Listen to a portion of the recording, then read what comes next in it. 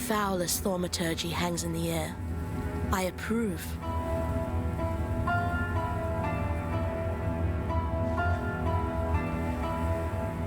Dodri Darktongue is the insidious infection that threatens to make septic the great and terrible wound that is San. However, any certainty that I had as to her exact whereabouts has been sundered by the sheer stench of her presence. We shall have to deduce her location from those who know the area best. These locals that cling to San like hungry maggots. Dodri Darktongue is the insidious infection that threatens to make septic the great and Goodbye. San is changing, and so are we who live here. There, Tolman. Don't you worry. I love you. I'll think of something. You told me Tolman was gone. You were wrong. I found him. No, Tolman, I never gave up on you. His soul remains, flickering deep down inside. Oh, Tolman, I know you're in pain, but it'll be over soon, I promise. My heart aches for Grigor. I know the battle in which he's engaged. It's like my own. A fight to make sense of life in a land that deems life to be worthless. I don't know where he's gone, but I do know he's looking to find himself, his true self, as we all must do in our own time. By all accounts, Tarkus Veruso was a ruthless despot, a man to rival even the likes of Dominus.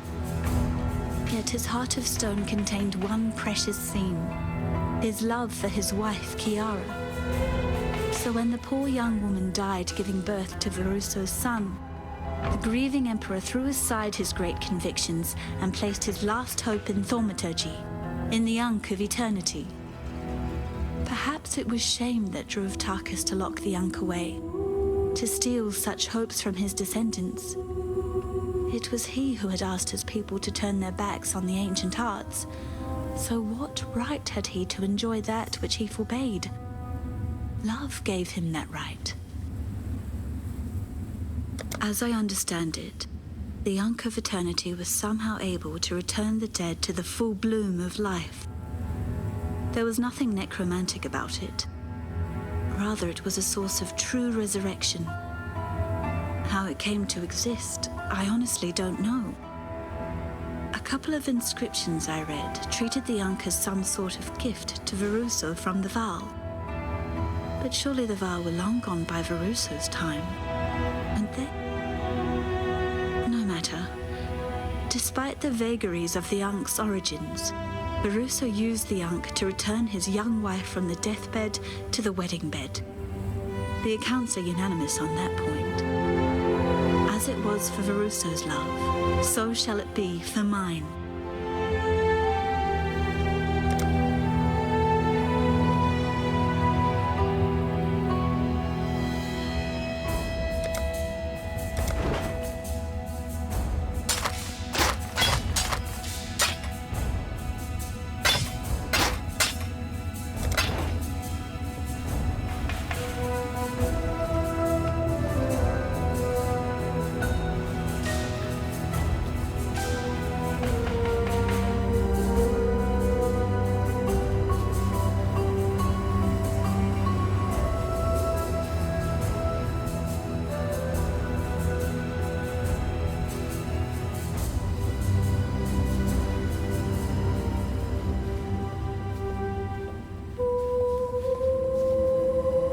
Good to see you in San once again. I wish that we could be greeting under fairer skies, yet this city remains clouded in strife. Lunaris, eternal goddess of the moon, and her sister Solaris of the sun have risen to reclaim what was once their own. Siblings equal in strength, mighty twin rivers converging, sweeping all before them. We are cornered animals, awaiting the deluge that will surely drown us. Yet there exists a pair of ancient treasures, the sun orb and the moon orb. They are our hope, our desperation. Grigor is the butterfly that has lost its wings to a cruel child, and this place of respite has become a cage for his pain, a breeding ground of bad memory. We spoke, and Grigor shared his resolve with me. He can no longer live with the torment that piety has injected into his heart. Like the warrior poet he is, Grigor has ventured into the unknown to find a cure for his body and mind, or die in the attempt. The dead do not love the living, and the living cannot love the dead. People fear what they do not understand. I understand Clarissa. I am not frightened of her. I am frightened for her. They walked our earth in the times of great strife, cruel and hideous shadows cast against the clay wall of ruined abode. Thaumaturge Malachi grew them out of the vain ambitions of his dark imaginings. Emperor Chittis believed the legionnaires belonged to him, that Gemline men would beat to the drum of his own crystalline heart. But as the silhouette of the Emperor faltered and fell, burned out by the light of true men, some of the Legion remained. The cataclysm turned legionnaire into monster, another mindless man of undeath. Yet this captain seems to have regained his faculties, some of his old warrior intelligence. I worry for the rest of his soldiers, how they may grow from mindless killing machines into something far worse. Why are you still standing there?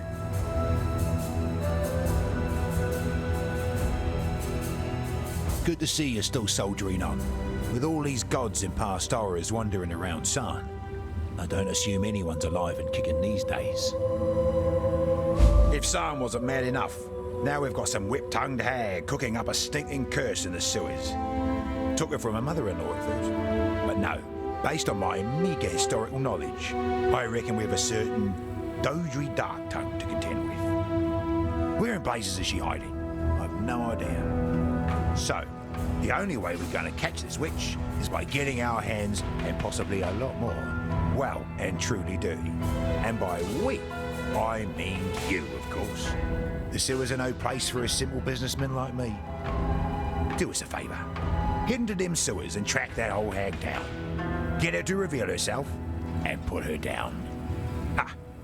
Better your eyes than mine, hey? Quite the pretty pair, aren't they? Yeah, it's pretty bloody disturbing. That girl was once the sweetest lass I could name. Nowadays she's barking as batshite over that living corpse of hers. All it would take is a quick hard bash with a rock, and Tolman would no longer be a problem. Tempting, don't you think? Needing my eclectic expertise again, are we? Solaris and Lunaris got front and centre stage among them folks at the Eternal Empire. Solaris was thought to be the light of leadership, guiding and enlightening each emperor that sat the throne. In practice, most of them emperors turned out to be a bit dim. But then history and theology have never quite seen eye to eye. As for Lunaris, a goddess of the moon and earth, the mother of dreams and inspiration. Doesn't sound like a bad lady until you consider that dreams harbour nightmares, and that inspiration is just one notion shy of insanity. Grigor left without a single word to me, rude bugger. But I suspect his poetic soul has been drawn back home to Izmir. A long journey, but a trip worth taking to find solace among one's own people. Of course, they'll get quite the shock when they see him. Let's hope familial love is as nearsighted as they say. There are the fine tales Grigor will be able to tell them, of course. Come to think of it, now that Dominus has been knocked off his perch, there's nothing to stop the Izamites from learning a thing or two from Grigor's story. They might even consider invading this jewel and ray-class tarnished crown. I certainly hope they have just such an eye for opportunity. A man could make a tidy sum helping said invaders navigate Sarn, and it's many as it.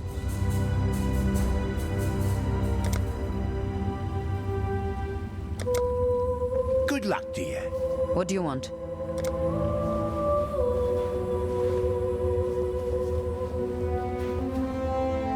What is it?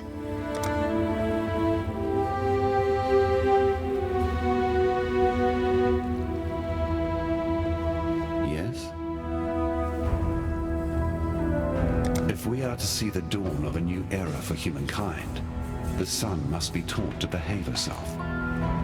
Upon that mighty span between San's left hand and its right, Solaris burns to consume every single moment of existence. Sparing no thought for life and its needs, she would see the world parched barren before she yields to reason. The sun must be allowed to set so that it may rise again as a blessing, not a curse. Self-loving Solaris, all the light in the world yet blinded by her own pride. Not once did she pause to question the truth of her sister's betrayal. Instead, she gloated over her sister's transgressions, proclaiming herself greater and more honorable than Lunaris could ever be. I suppose one shouldn't be surprised when a sun deity takes the higher ground. We approach the zenith of our divine hunt, upon the bridge that chokes the great wet throat of San. Lunaris, in her cold fury, has forgotten that the warming sun of morning is as life-giving as the cooling damp of evening. The empire Lunaris dreams of shall be lit by moon and twinkling stars, and life itself shall wither away in the perpetual night. One of two sisters who ruled the most populous and powerful of the ancient Asmerian tribes, Solaris was thought to guide the sun across the sky with threads of shimmering gold, whilst Lunaris saw to the wax and wane of moon with a sickle of purest silver. It was a peaceful partnership, until the trickster Tang Mazu happened upon their domain, and turning sister against sister, he saw to the massacre of thousands, whilst concealing the source of their futile feud beyond all reckoning. Feel no pity for the moon. She is a cold and distant fool, far less radiant than she would suppose. Goodbye.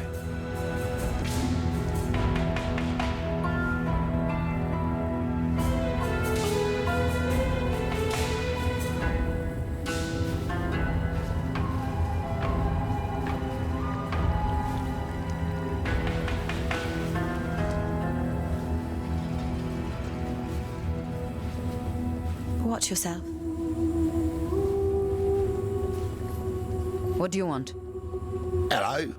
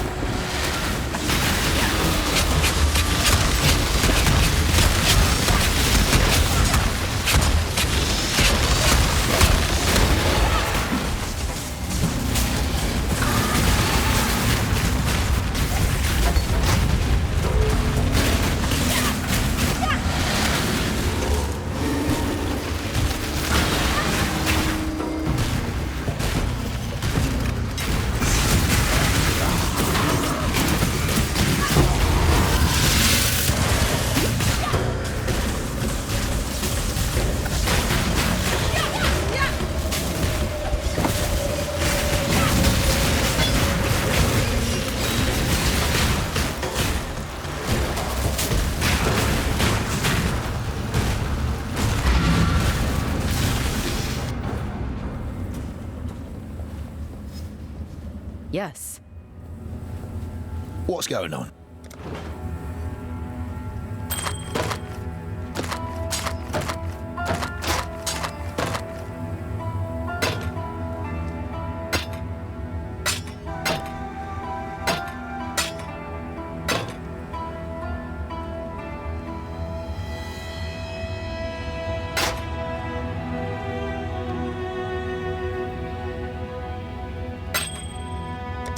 Bring me back something nice, huh?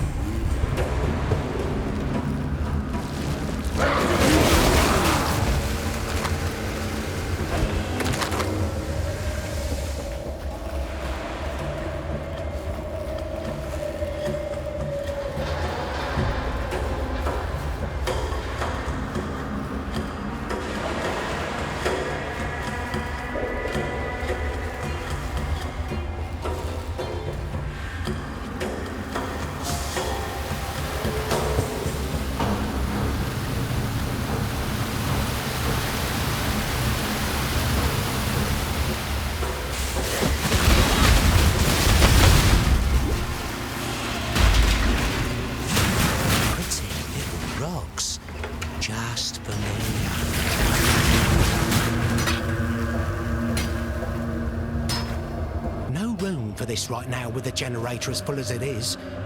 But better I take it than someone else. Stay in the light.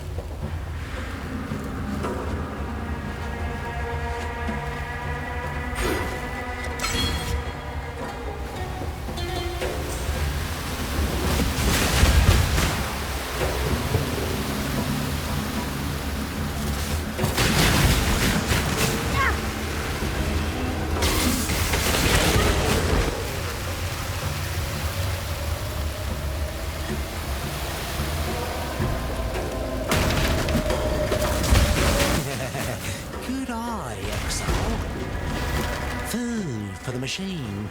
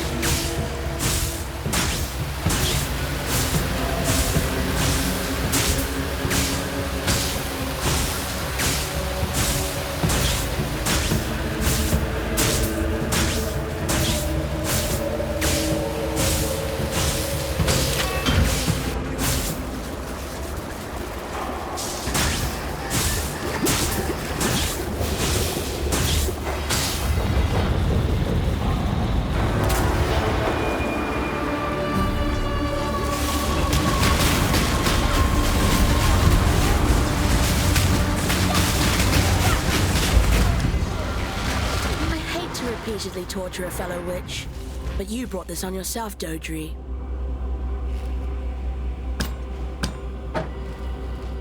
Once more into the breach, and once more we return victorious.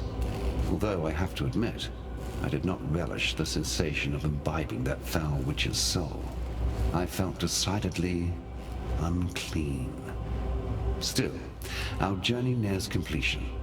To the north lies Highgate, and the cessation of our efforts to extract the dark ember from my dearly departed beast. And none too soon. Every hour, Katava's strength grows, and the longer he and the other gods dwell on this land, the less is humanity's chance of survival. Once more into the breach.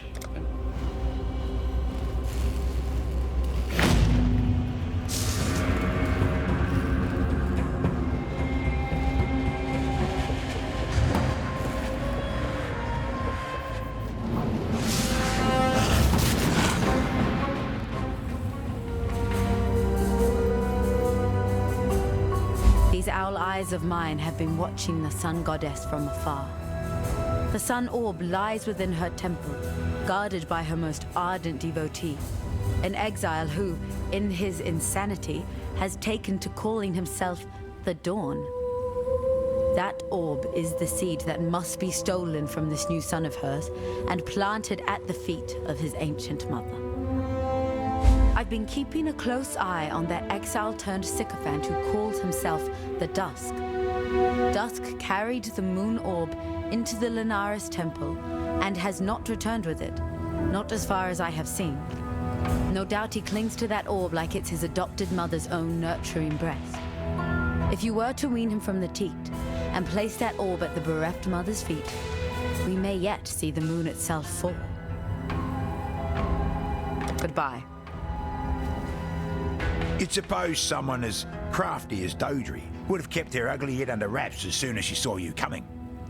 I guess death robs us of many things, including our common sense. In any case, thank you. The sewers can run clear now that there's no fetid witch clogging up the pipes. Here, have a little something to commemorate your fine clean-up job.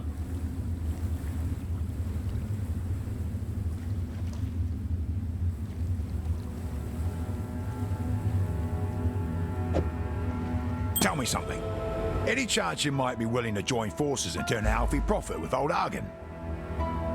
You ever heard of the Wings of Visteri? Not just another damned artifact. This one was the highest symbol of the office of the Meraketh, held by the Sekhima of Sekhimas. History books will say the wings were last worn by Sekhima Asenath, the Golden Sekhima, the one who went and got herself murdered by Hector Tertusius. The only problem is that Tertusius himself is up and guarding his pretties once more. Still, if you can recover those wings of Asteri, then I am confident I can sell them back to the Meraketh for a fair sum. They're a cultural icon after all, dripping with sentimental value. What do you say? What little humanity General Tertusius was born with, he traded in for strength. Went as far as to have Malachi replace his joints with virtue gems. Mad bastard. Afterwards, Emperor Chittus charged Tertusius with subduing the Meraketh. A job he took a little too much pleasure in, if you ask me.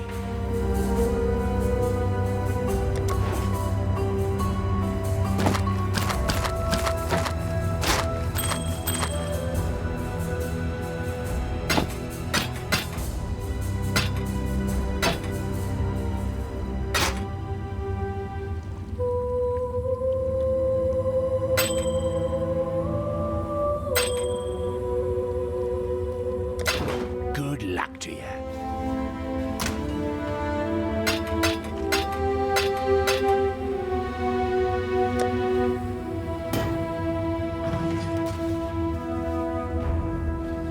Exile, you've helped me before. You can help me again, can't you? My hope waits for me to the east, tucked away in a shrine in the Key. The Ankh of Eternity. Veruso, Prima Imperialis, placed it there himself at the dawn of the Empire. If the legends are correct, the Ankh has powers over life and death. When paired with the correct Asmerian ritual, I've learned the ritual. All I need is the Ankh of Eternity, and I know I can bring Tolman back. Properly, this time. Will you retrieve the artifact for us? I've tried, but the creatures around the shrine... simply too dangerous. Yes, Tolman, I'm getting to that. I've already prepared a site for the ritual out in the Key. Please, meet us there with the Ankh so that I may yet breathe life into my dearest love. See you. Yes? Greetings. How you going? A word of caution. That Ankh, it might have had some miraculous powers, but I bet there's a nasty reason why Veruso hid the bloody thing away. I've tried to warn Clarissa, but her ears seem as dead as their boyfriend of hers. Stay out of the shadows. They bite.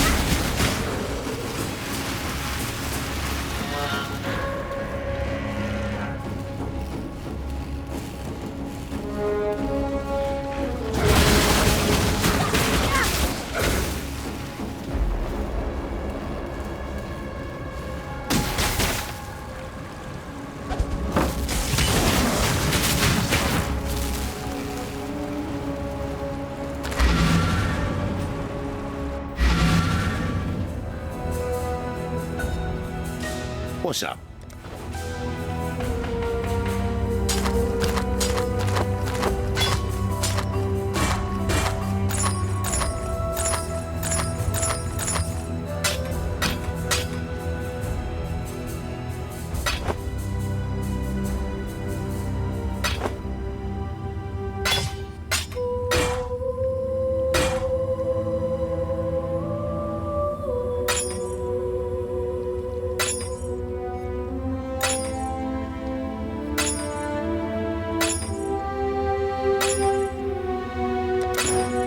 Stay out of the shadows.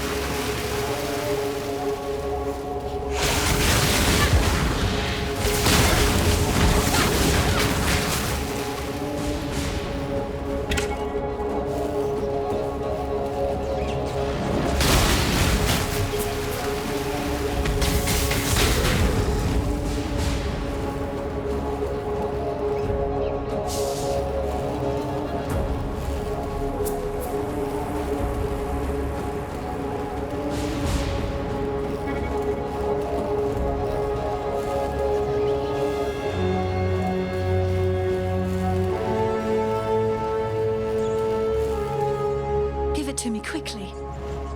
Finally, Tom. We can be together as before. All right.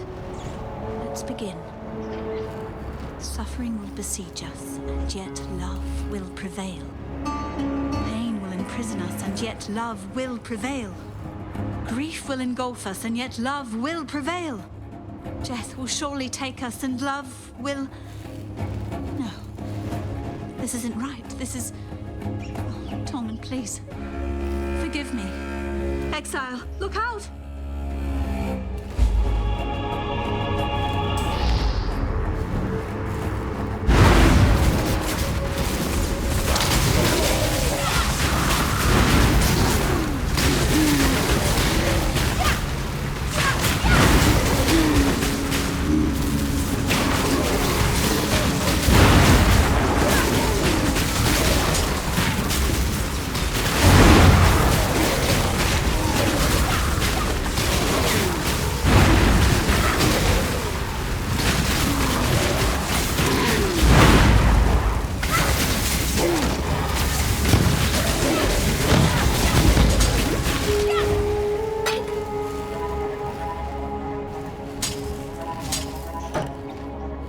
I've been so stupid. Marusa didn't hide the Ankh out of shame. He hid it out of fear. Out of... Oh my. What did the Ankh really do to his wife? Everything I saw, that I read, lies to cover the truth of what Kiara had really become. All right. I'll destroy the Ankh. We've come a long way since Marusa's days, so I'm thinking I can manage where he so sorely failed. At least that's something I know I can do right. I'll meet you back at the encampment soon. For now, I need to... Look, I'll just see you there. I promise. You should have kept him how he was. I would have. How could I have been so...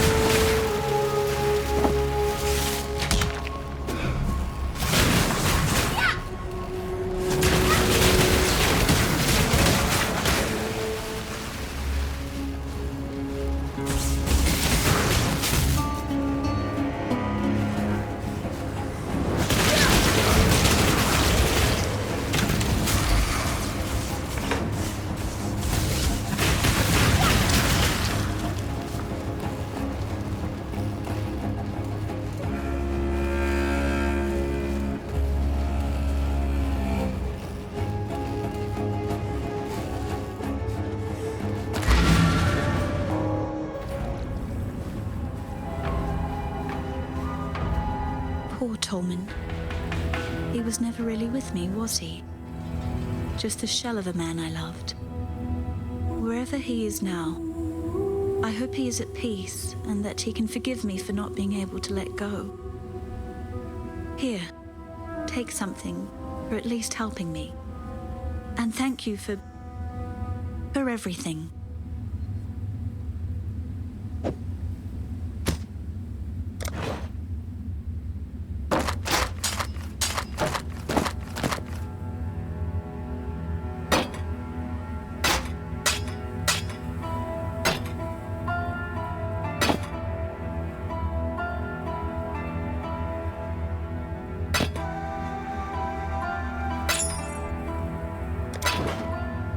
See you.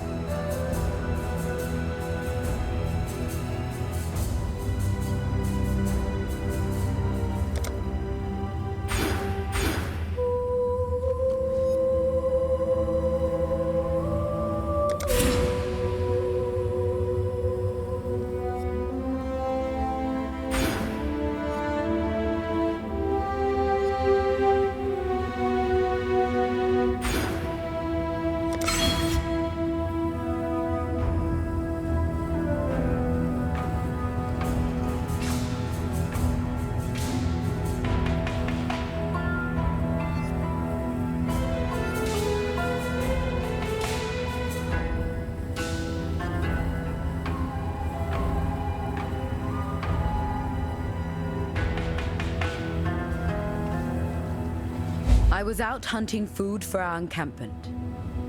Like a prowling cat I was, but what I saw, marching across the ruins, made me feel like a little mouse.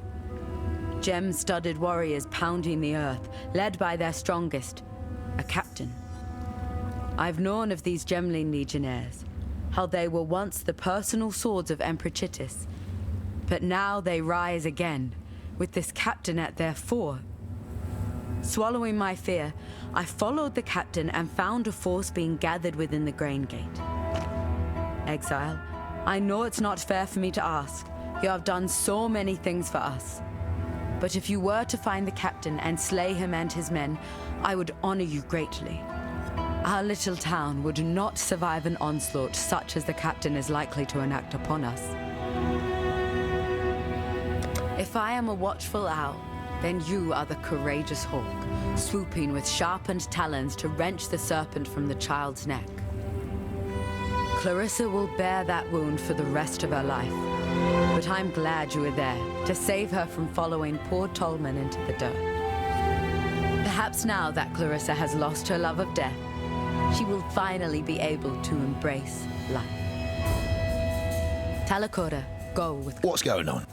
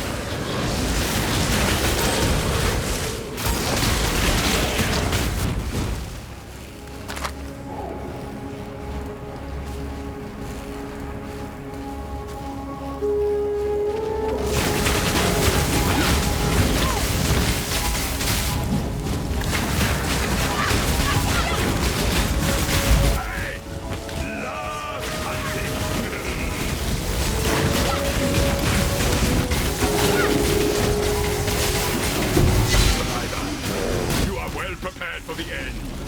This is a fine capture.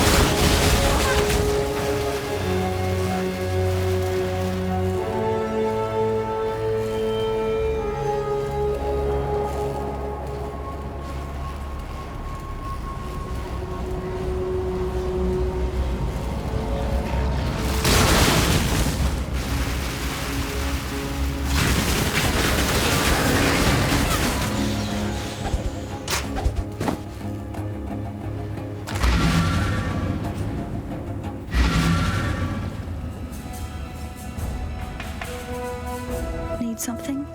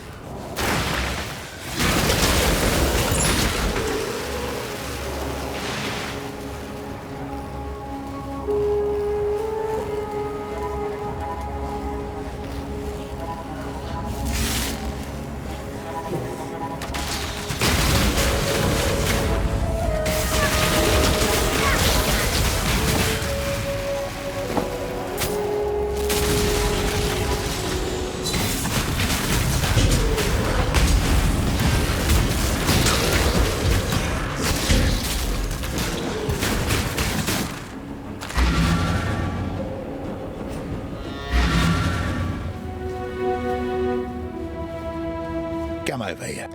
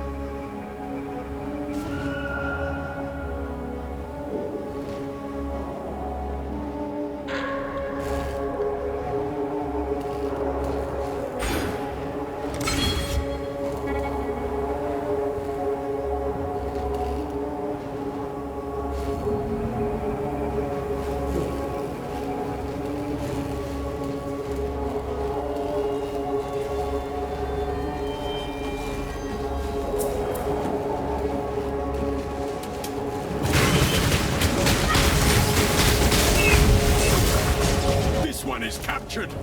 I now will take it.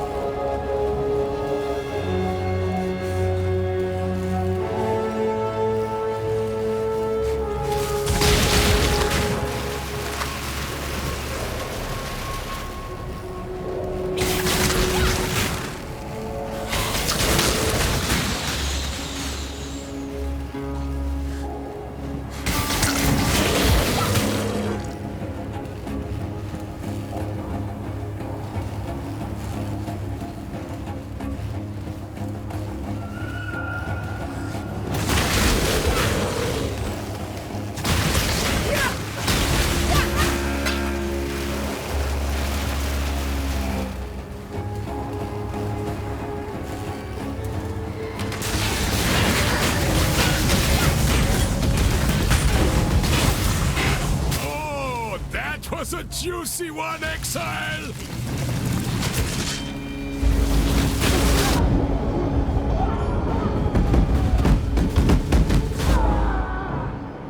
Still following orders after 3 centuries. I really must create some gemlings of my own.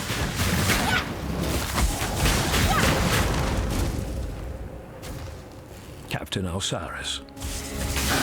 Remain in the warehouse until I personally send for you.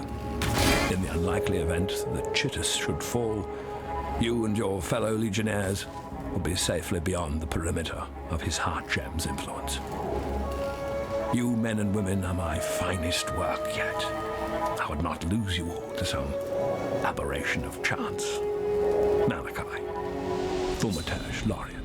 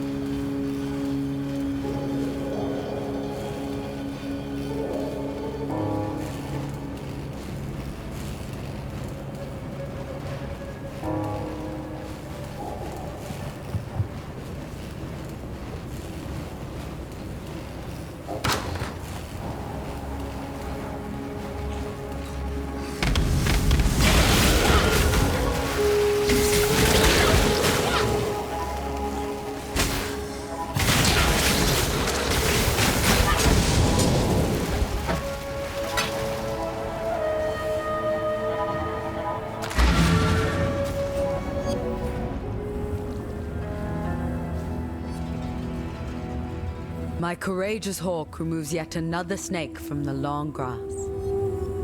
I offer you a reward, but my mind remains unsettled. The captain lies rotting in the ground, buzzing with flies.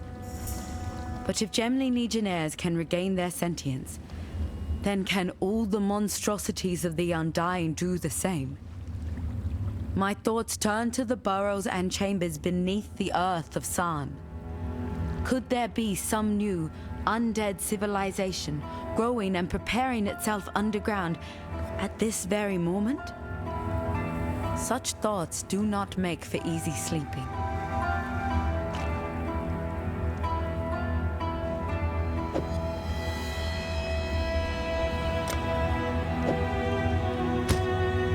Go with courage.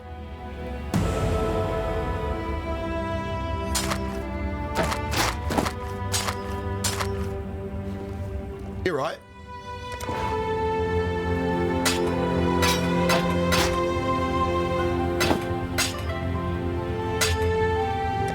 Stay out of the shadows.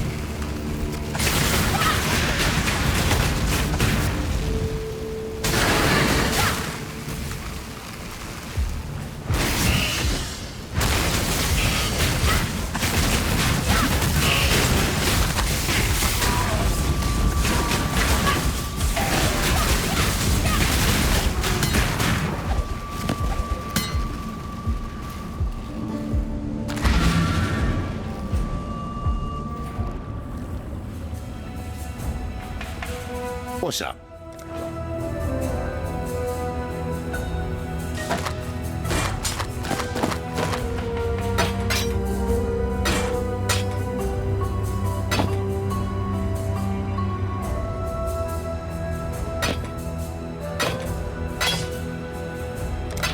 Bring me back something nice, huh?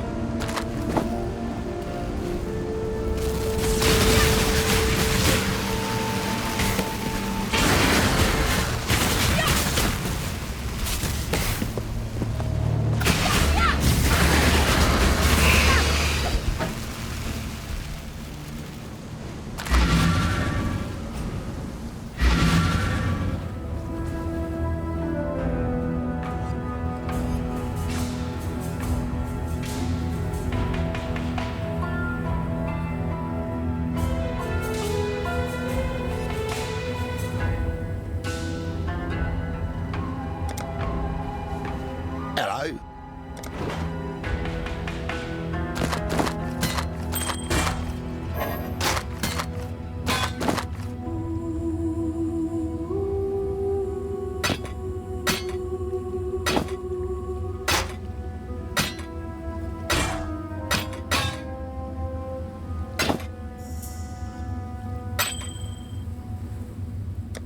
Bring me back something nice, huh?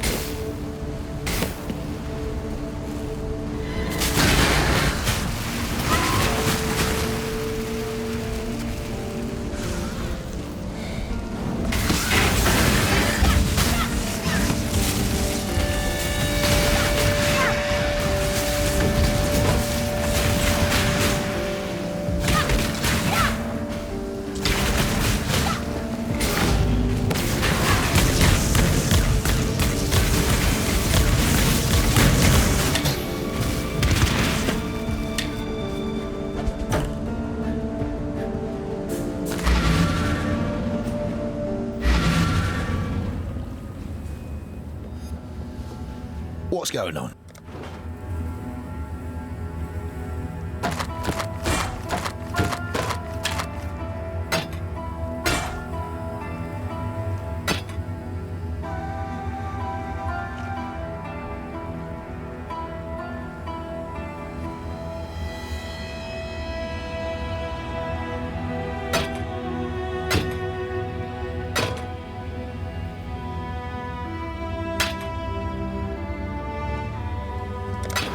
Stay out of the shadows. They bite.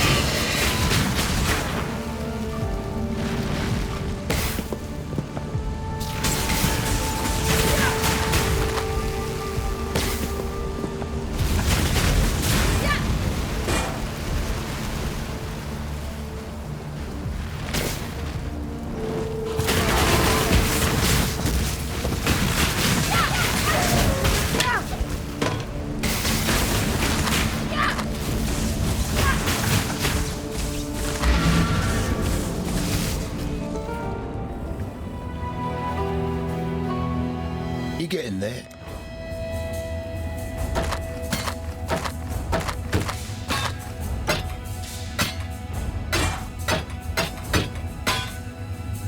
Good luck to you.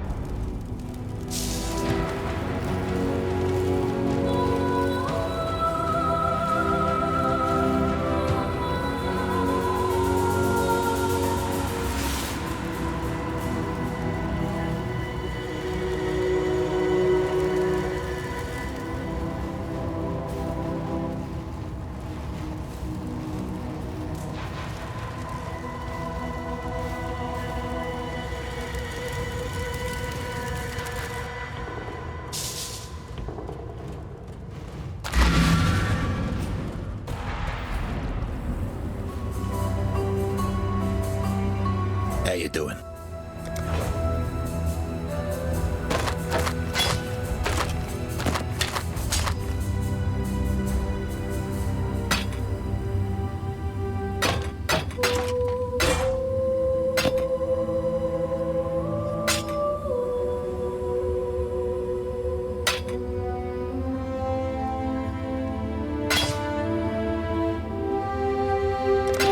Stay out of the shadows. They bite.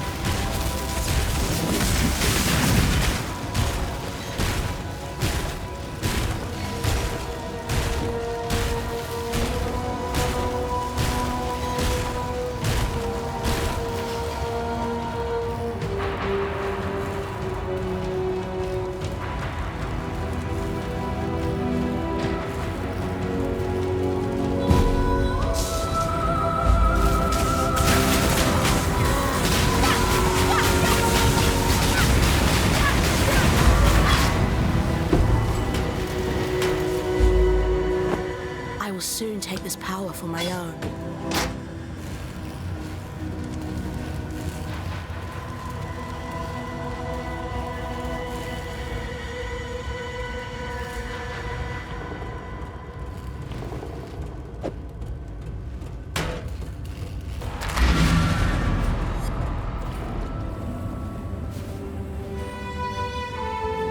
Hello.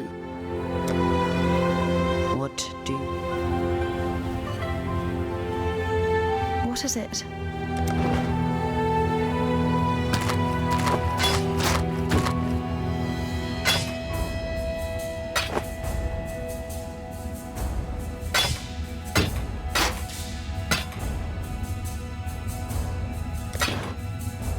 Watch yourself.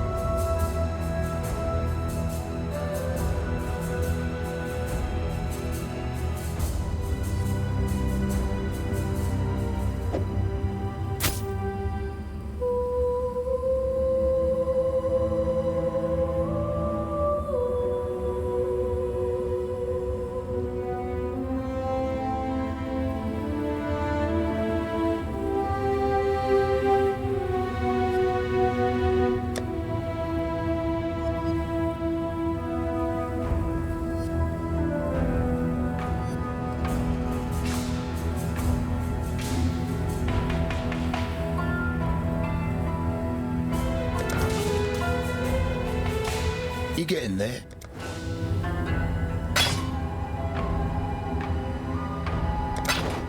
Stay out of the shadows.